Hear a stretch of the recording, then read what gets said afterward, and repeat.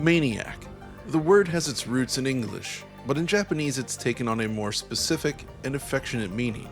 It's used to describe the ultra enthusiast, someone with deep, unwavering passion for a particular hobby.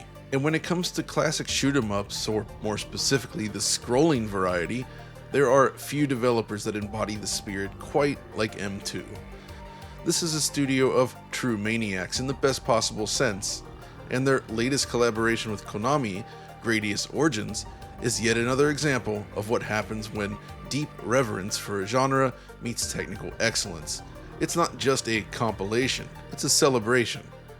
Built with painstaking attention to detail, Gradius Origins brings together some of the finest entries in the legendary series, carefully restored and enhanced for modern platforms. Versions that have never been perfectly emulated, and unreleased test versions are here as well, but the cherry on top, a brand new entry in the Gradius adjacent Salamander Series. Now, if you've played any of these games before, you'd likely already know what to expect, and this collection delivers, but if this is your first encounter with the series, you're in for something special, so strap in. This is what happens when maniacs make games for maniacs. It's also one rooted in history. You see, Konami and M2 have shared a partnership that stretches back nearly 2 decades. M2 has worked on many of Konami's major and minor franchises over the years, whether it's bringing Konami classics together in a single package, or even going so far as to remake something like the Game Boy version of Twinbee in the PSP collection. They have a lot of experience there.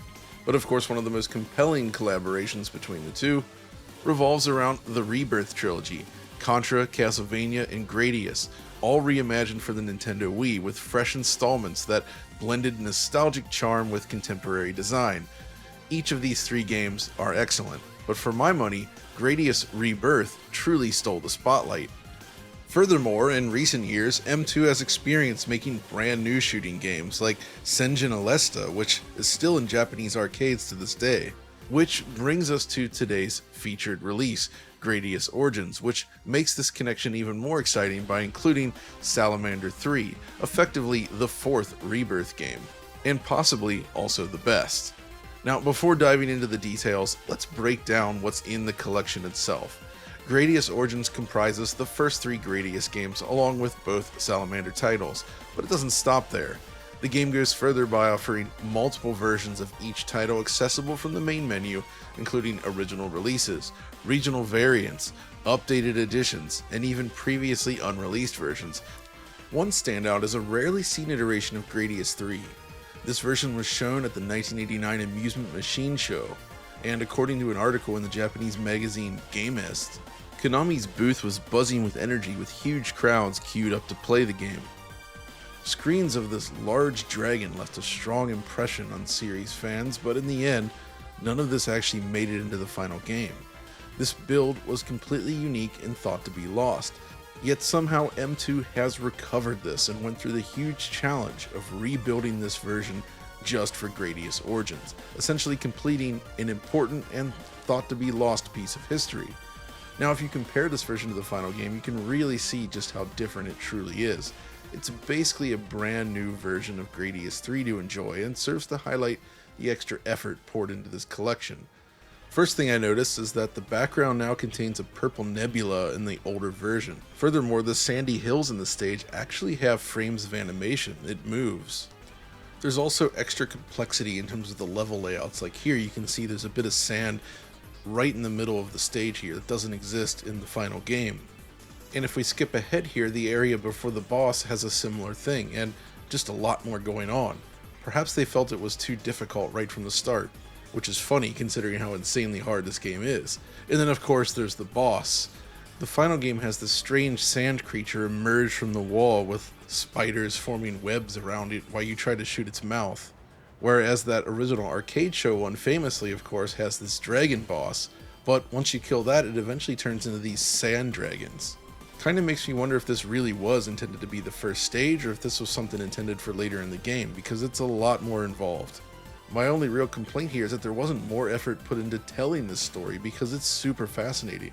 This version is just sitting there right in the menu, but most people playing this collection may not appreciate the historical significance of its appearance.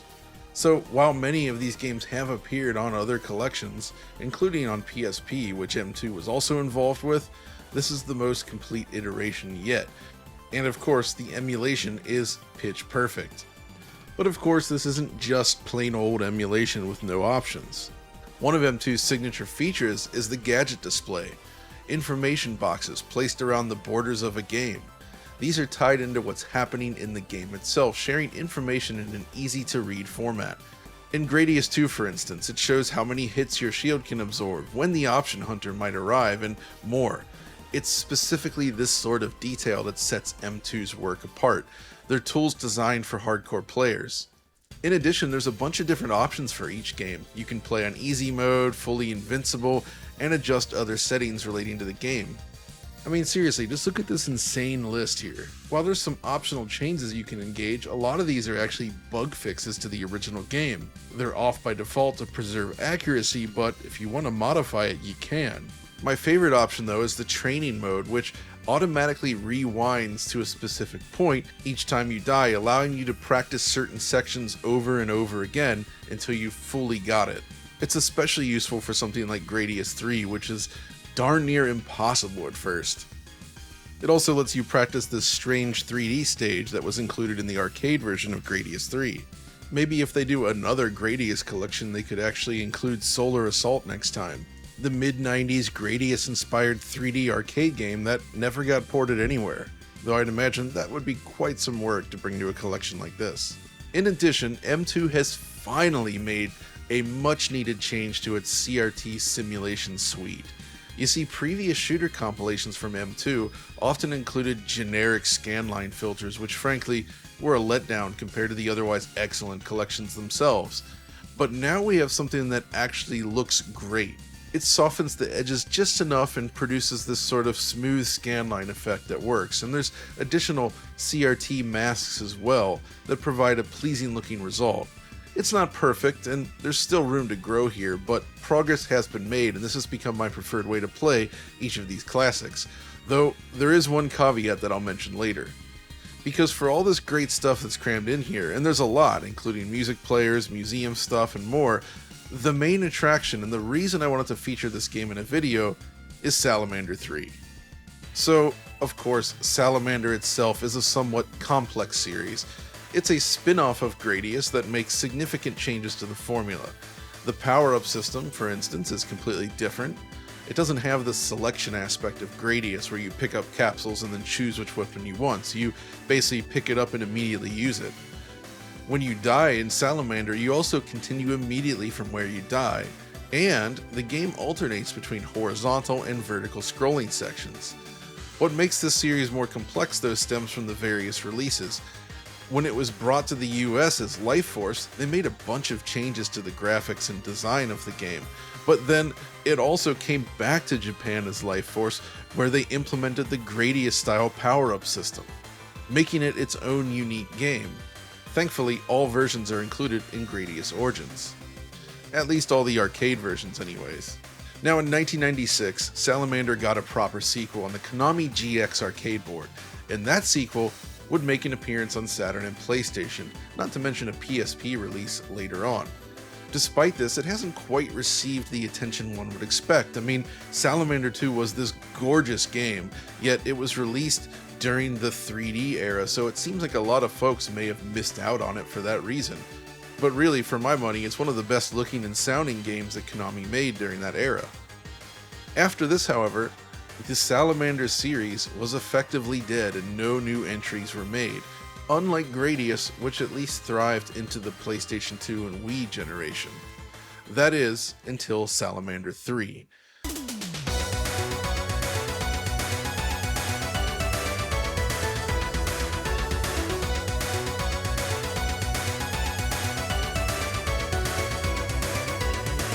This is a game that feels like a true love letter to the original, yet offers something new at the same time.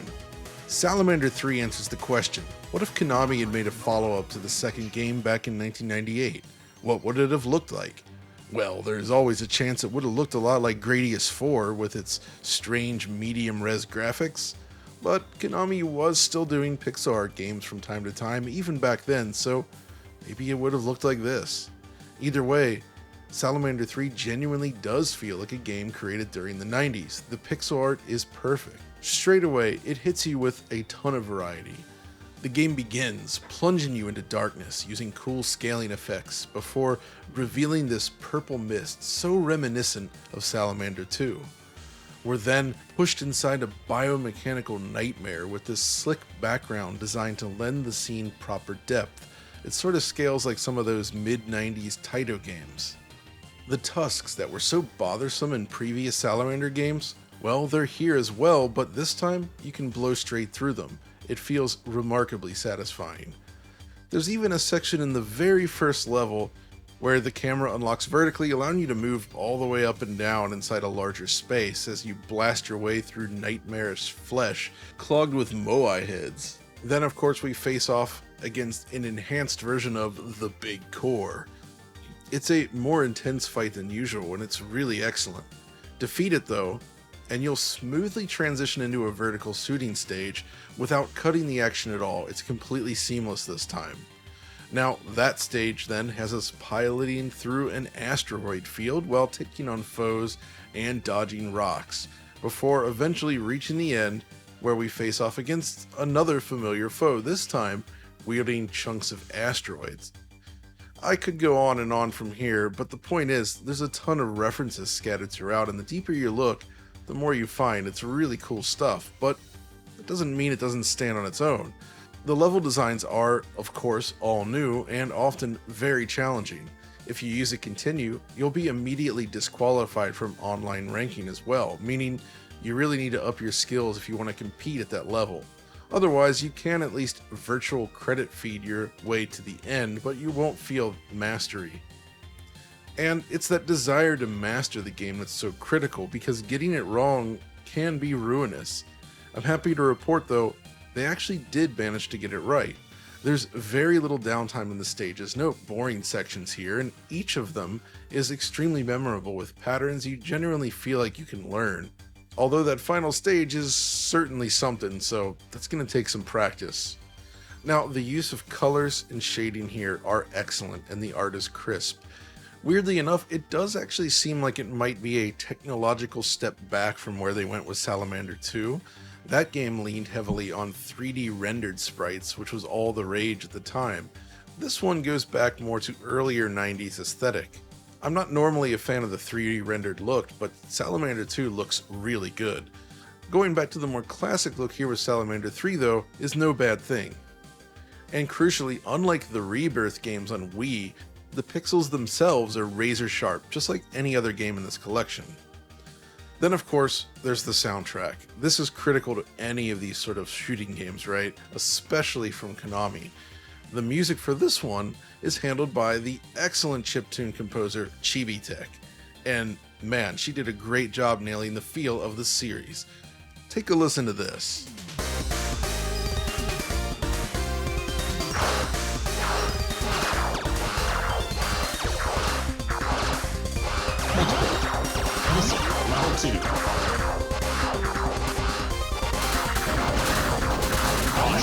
Entering asteroid field. Laser, speed up. Speed up. Pick it up for weight laser. Missile, level 2. Pick it up for multiple. Pick it up for multiple. Force field. Pick it up, encountering moai within tissue.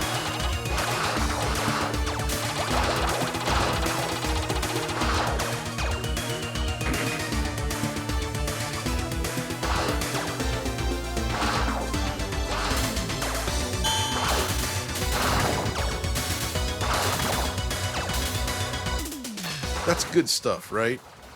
But of course, does it match the originals? Maybe not. But I do think it's darn good and very faithful. And again, it's light years beyond the music in, say, Gradius 4, which was kind of a step down. Speed up.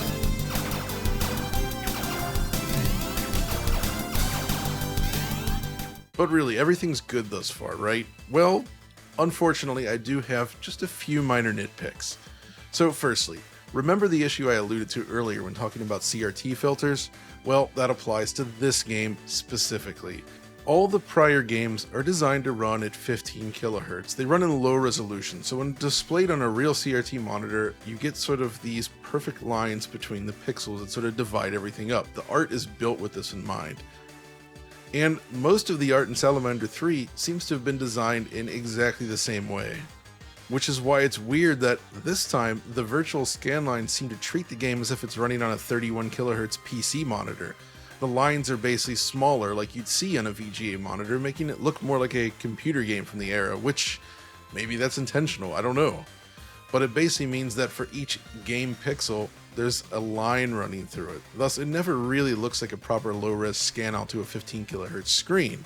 So it's one game best played with the scan lines off, I think, because it doesn't really add a lot. The title screen actually does seem to match up well with the scan lines, but that's about it. The rest of the game graphics do not. Very strange, and hopefully something that can be fixed in a patch. Next, and there's always a chance some of this stuff is hidden behind unlocks, by the way. I haven't unlocked everything yet, but as far as I can tell right now, there's no options for things like sound tests, design documents, behind the scenes info, or anything else for this game, stuff that the other games at least received. It also lacks the training mode and various other customization options. Basically, I feel like it's missing some of the things that it should have had to be consistent with the rest of the collection, and it's also a shame because the story of its creation is something I wanted to know more about. I mean, it's not every day that you get a chance to create a new installment in a legendary series like this, right? So how did that come about? What was it like? We don't really get any of that information, and it really would have fleshed out the package. Lastly then, and this actually applies to all the games in the collection, there's no option for a completely black background. So if you disable the wallpaper and the gadgets, you're left with this sort of boring gray color behind the screen, like an LCD backlight. A black background should always be an option for 4x3 content, especially in the age of OLED screens that can display this as a perfect black. M2 has a habit of not including a perfectly black background behind the games, so hopefully they see this video and consider. But aside from these issues, the overall package here is tremendous, a real labor of love from Konami and M2 alike. I'm genuinely thrilled they were given the chance to make something like this in this day and age, as opposed to just tossing a few ROMs in and calling it a day. It really shows the deep respect they have for the series, and I'm here for it. But it also feels like it's just the beginning in a sense. You see, there's other Gradius games out there that didn't make the collection, including the console and home computer versions, not to mention stuff like Gradius 4 and Solar Assault that I mentioned earlier. Personally, I'd like to see them expand this release. The menu system's already here, but if they could make a Volume 2, for instance, that even ties into this original version, include all the extra missing games, go deeper on historical context, and basically flesh out what's already an amazing starting place. The potential is here for an encyclopedia quality Gradius collection. For now though, as a shooter fan myself, I seriously can't recommend this one enough, and I'm happy that it's been executed with such a level of quality and accuracy. Even without those extras, it's still an amazing collection of games, and most importantly, a technically sound one that goes above and beyond. So give it a look, and we'll catch you next time.